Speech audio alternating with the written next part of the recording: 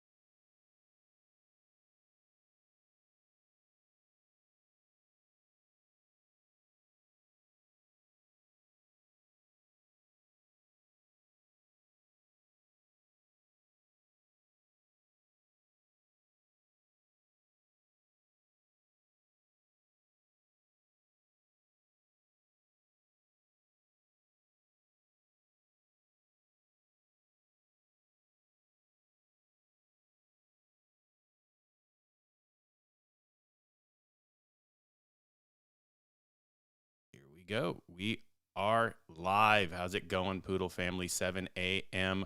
on Monday here in Los Angeles. And I remember to turn the music off this time, talking to myself about doing that. Finally got it. So there we go. I just want to say, hope you all had a good week here. We've got a good one for you today. We are going educational today. I'm going to talk about just some things that, again, we start seeing on the Telegram and questions about, just this craze of why all these meme coins and altcoins, and what does it mean? How do you protect yourself? How do you know whether it's a legit project or not? And everyone's concerned, right? If you start seeing how many times people start to shill you something or tell you what the next moon is or whatever, we know that half of them are scams. There might be good intentions behind some of them, but if they're not well done or well executed, they're going to fail. So this is what's important. So I want to talk about a few things today. We have no guest today, but there's a couple of announcements that I will make that for coming up, and I'll just get this out now so that you've got it early in the episode, starting next week. So for July, moving the show from Mondays at 7 a.m., which is 1400 UTC, to Wednesdays at 12 noon for me, which is 1900 UTC. So Wednesdays, 1900 UTC, starting next week, okay? Couple reasons, and actually I'm going to get to it when I go down my theme for the week, is basically getting more people be able to watch and listen. We understand that 7 a.m. on the Pacific and 10 a.m. on Eastern for a lot of people is just difficult to make it to be able to watch. You getting your kids ready, getting off to work, and so we're going to move a little later in the week. Everyone's got their week going, plus a little later in the day. It also help get some extra people being able to watch, people across the country, across the globe, so because that puts it at what is that? 7 o'clock in the UK, 9 o'clock across in Moscow, 9 or 10, something along those lines. So it gives an opportunity for more people to watch and hopefully participate, moving it a little later in the day. It's a time that ended up working for me. So note that next week, we're not on Mondays, we're on Wednesdays, we're a little later in the day. So obviously we'll send that across the socials. So today what I wanted to do is I wanted to talk specifically about the actually, sorry, I'm gonna move this over here so I can see the chat. I got to see the chat going here. I'm going to talk specifically today about how do you know if a coin is really a community-owned token? All right, we see that all these things. And hey to everyone on the chat there. We see all the time people saying that something is community-owned. But one, what does that mean, right? Just to be a community token, because obviously, is it just buying in, or is it actually having a say? And I think that's what's important, and what I'm going to talk about. And things you can do to protect yourself. Really, this is one of the things that makes Poodle special. How you can have faith in it and trust in it that it's going to be a long-term investment for you that will continue to grow and will be there and is not a fly-by-night. And that's the thing, right? Everyone, and maybe you don't know, actually anyone can just create a token, and you can throw the contract, you can throw it up there. You could probably get something going in a couple hours if you really tried to. Now, that's the problem, is there's a lot of people out there who want to and will prey on people who don't want to miss, the next, big thing. And because they missed all the other tokens, they missed getting in early, so they're going to scam them. And I cannot not say enough how to watch out. I know it's very tempting to want to jump in because you think, okay, this is it, and you don't want to hit that rug pull, and so this is again what when I quote unquote do your own research, I'm going to tell you, do your own research. This show is for entertainment value only. But this is what made me get involved, and so why I wanted to talk about it. So I thought I was going to have like 3 points, and but I actually have like 10, because I thought, okay, well, what are the things you want to look for to know that something is actually community owned, community driven, what that means. Is actually a better way. I like it. I think that, where you have an opportunity to drive the conversation, and that's really what makes Poodle special. So I'm going to go through my kind of list here of the things that you want to look for and what makes us special. Number one, 100%, and this is what's to me the most important, Doxxed Devs, right? The devs are there. They're active. If you go to the Poodle website, right, you will be able to see right here. So I've got this up, and you go right over, and you can see that we've got pictures, people here actually getting themselves out. Some of our devs and our admins, I should say, too, are just out there getting themselves known and being seen in public pictures, right? We see them being active, and that is huge, okay? So just the fact that we end up knowing who is behind the project is a key thing, all right? So that's the number one, okay? If you don't have a way to reach out and them to actually say that who they are. Now, obviously, people need to protect themselves, okay? If they're not going to give you their social security number on the web page there, but to know that they're active, they're at least active within the Telegram, the communication methods. You know who they are. You can hear them. Does a Telegram go live? Is there voice chat that you actually know this person is there, and you can hear it in somebody's voice whether or not they care about the project? Huge. So Doxxed Devs, number one there. Oh, I should have done this like before. I did my top 10 list backwards. All right, we're going through one. We're going top down. 2, largest wallets. Okay, this is what you want to look for. Who's holding the money? The great thing about DeFi here is this is all public. All right, so I'm going to walk you through a couple of things. All right, we're back on the website here. I'm assuming you all can see it, or I'm just making a fool of myself, but I'm pretty sure you all can see this. So you go to the Poodle, or obviously no, it's poodletoken.com, right? Okay, that's where you go. All the information's here. Trackers, BSC scan, right? Click there. This is where you see all the information about the token. So latest transfers, here's exactly what was done recently, yada, yada. All right, great. We can see we've got 26,000 addresses. That's how many holders we have, et cetera. So go over here to holders, okay? This is where you see where the money is, okay? This is what's important. So did you notice the largest wallet is the burn address? So we know that we burn tokens, right? So a certain percentage of every transaction goes straight to, and I can show you that here too, just so you know. So you want to know how the money goes. It's right here. 4% goes to everybody else. 2% is burned. 4% goes into liquidity. Okay, so every transaction that happens, 2% of it is burned. That goes right here. That's this address. So you know that's nothing that's going to get yanked out. Okay, token deployer here. So actually, let's just go for these top three here. Numbers 2, 3, and 4 actually are the exchanges and or our liquidity. All right, and you can always tell if you just kind of open it up. You can click it and start to see where the money is going to. I don't know. Honestly, I don't know which one is which. I believe this one is Pancake Swap. I could be wrong, just so you know. But excuse me. Pancake Swap is 4. It tells you right there. But these are the various exchanges where the money's going, the farming, all of that stuff, okay? That's what you want to look for. So in other words, why am I going to get this off of here?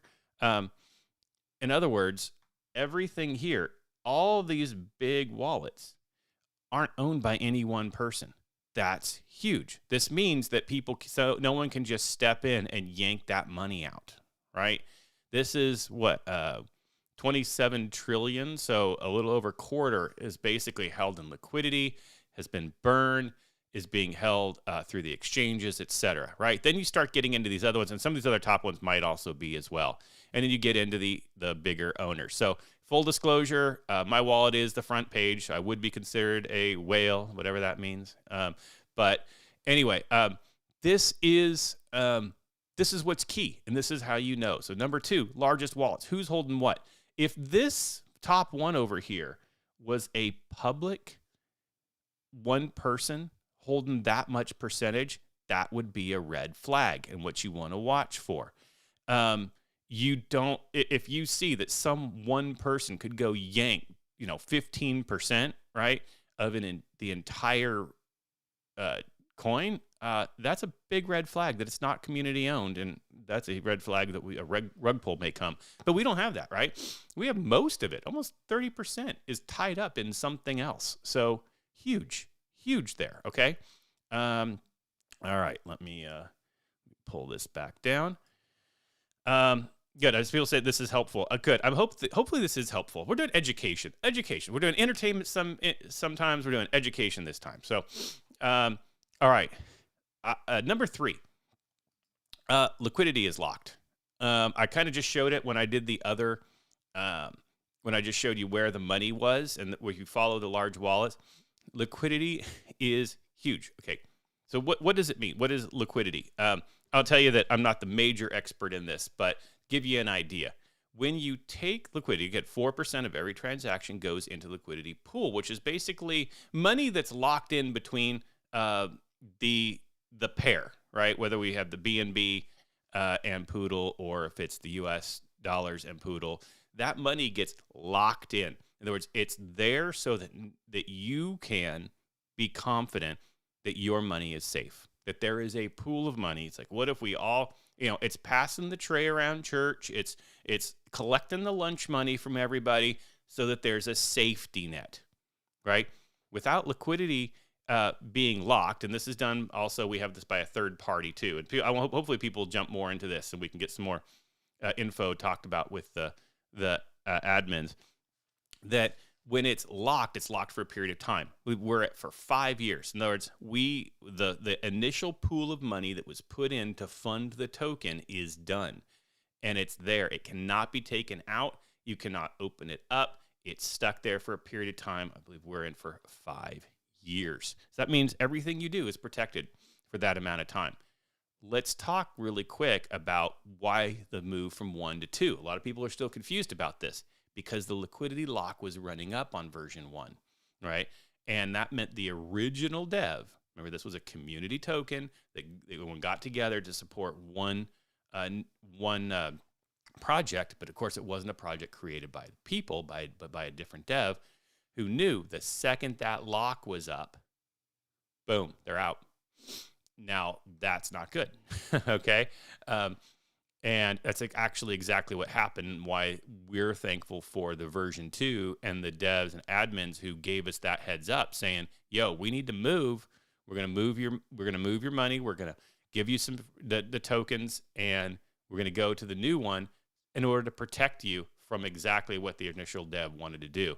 Wait until that lock was up and then yank that money back. So that's huge. That was number 3, liquidity locking.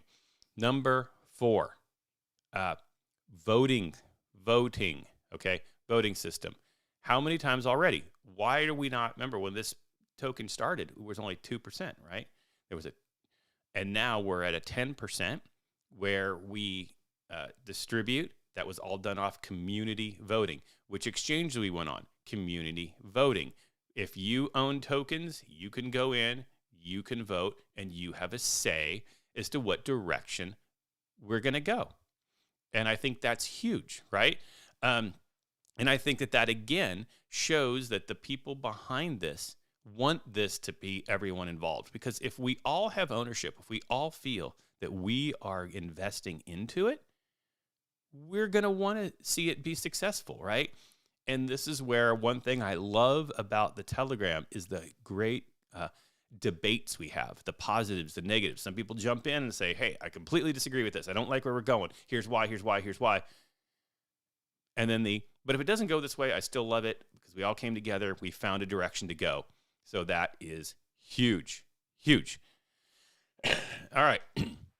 Voting. So that was 4. Number 5. And I think this is a way to know if it is truly community-owned token. Active and real Telegram and Twitter. Okay. You can even say Discord, social media in general. But right now in the crypto world, Telegram and Twitter rule the world, right? Big, like just take, L and Trent and some of our other community holders who are very active on Twitter, very active on the Telegram. I go through phases. Sometimes I'm really, really active. Sometimes I'm not. It's all natural. We all have Space Dog, yes. Yeah,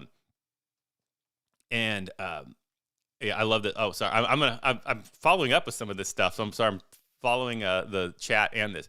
But here's the thing: are you active? And are they active? Life gets in the way. Sometimes we're more active, not active. But are you seeing a lot of different people? Is it not just 2 devs with some random, picture of something random, who knows? And then they're just trying to fake all the conversations. Are you seeing real debate? Are you seeing real conversation? Are you seeing people create the memes? We've already talked about how we love the memes. Is that going out and you're seeing that be shared? One thing I love, and this is how you also know, every day we have our things that we're supposed to do, right? You got to retweet a couple of things. You go in and upvote us on the different areas. Those are things that everyone needs to get involved in and just keep doing. And that helps build, it builds the brand and all that, but it builds the community of the people. So real Telegram, real Twitter, watch too. All right. For those, go on the Twitter accounts. And I should have brought this up. I didn't prepare it, but you can do it. Go on the most active Twitter. And you can see that they're real people. A lot of times, don't take whether or not they have a real picture. I have my real picture. Some people don't because there's other reasons why they can't have it. Again, Twitter is an evil world where people do not treat everyone well. So I don't blame people for having some anonymity on Twitter. But what I want you to understand is are they following real people, right? Is it not just the same 20 accounts following all the same 20 accounts? That's what you want to watch for. Are there real people engaged, real people resharing? And you can see that because you can look at how many retweets something has and see who they're following and who's following them back. So that's very important. Number 6, public roadmap being executed. So I'm going to show you that again back here. All right, back on our website right here. All right, so you're at Poodle token. Boom, the road ahead. Hey guys, add the POODLCAST. Add the POODLCAST. All right, so road ahead right here. Things that we need to get done, being done. Things that we're looking ahead to do are getting done. So these are things that, we had this starting, it was a Q1 when we first started and goes up. So it's a matter of making sure that what we're doing, more exchanges, these are all things that say, hey, the community is involved, what we want to start doing. Let me roll this up. And where we want to go. Now, here's the thing. What you'll notice is this changes pretty often because, again, it's community run, right? And so you want to make sure that you get a voice in how this is. Like 3 charity partners, we now have 2, right? So these are things that we're already starting to make up. I love the ideas. I love these social things that are coming. I've heard a little bit about some of the stuff that we're doing. So really, really excited about that. So those are those things. Also, come up here, community, right? Boom, there's the Reddit. Oh, yeah, not a big Reddit guy. I know I should be. You get on Reddit, Discord, Twitter. There's the Telegram in all the different languages. Those are things, all the different areas you can get involved in. That's what's important. Again, roadmap, boom. You can always see the direction that the token is going in. And hopefully that keeps getting updated as things get going. Things move fast and furious pretty often. So you just want to make sure that you're staying involved in what direction it's going. Whether, another good example of this is the Poodle Olympics, right? Where they did the contest of get out there and market, which I could just say real and active Telegram, Twitter really means AKA good marketing, right? A marketing plan, at least. You never know what direction things are going to go. None of us could have seen the entire crypto market fall, right? Which, sucks. But it is what it is. It's the entire market, though. It's not us. And as we already talked about a few episodes ago, we're stronger relative to other tokens. So that's huge. Yeah. So public roadmap, that was number 6, and it's being executed on. It's one thing. Realize making a website is not very difficult. So making a roadmap and following a roadmap are 2 very different things, right? So are they following it? Are they doing it? Did they think it out, right? Do they know the steps that has to happen in order to be successful? And then the last one, so it really is 7 things to know if it's community owned, and then 3 little extra points. So community autonomy. This is how you truly know whether or not something is a community token. There is autonomy behind what the community is allowed to do. Not a single admin has told me how I have to do this show. None. In fact, and I said this early on when on the, I think actually the very first episode, I might have mentioned a couple other times. They're like, well, you're the expert. You can do it. Do what you want. Just, and that's it. There was no, to be honest, they didn't even say, you can't say bad things about Poodle. Now, I don't know why I would, but literally this was a free rein to go out and just share why I'm part of the community. That's it. We see this all the time. Go create your own memes. This is what part of Poodle Olympics is about. We're going to give tokens away to those who are actually active and creative. And there's ways that are coming down the road you may or may not seen that are going to reward people for creating new media. That's awesome.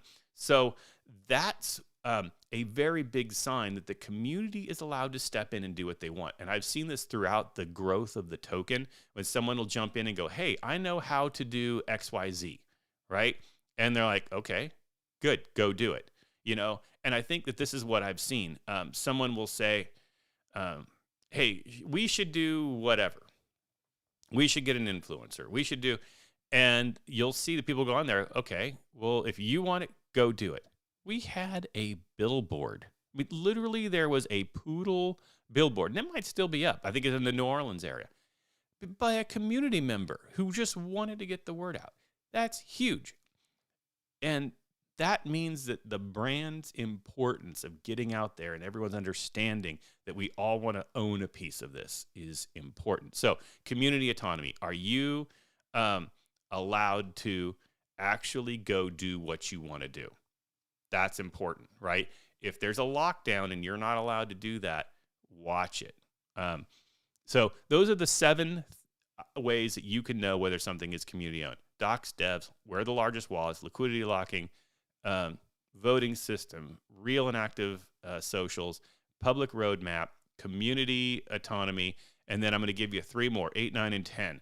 These are not necessarily to show they're community owned, but they are ways to know whether there's legit reason behind why the token was created, which is going to let you know whether or not your investment is safe. 8, copy and pasted white papers and code. We already talked about anyone can go create a token actually relatively easily. You can put a white paper to pretend that you're legit. Do you know, there's this wonderful thing called Dr. Google, right? Google.com. It's me. Go to it. It's a great resource. And if you just kind of copy a part of something, and I don't know if I can get to it really quickly. I'm going to try. All right. So we are going to we're going to see if I can completely read the contract right here.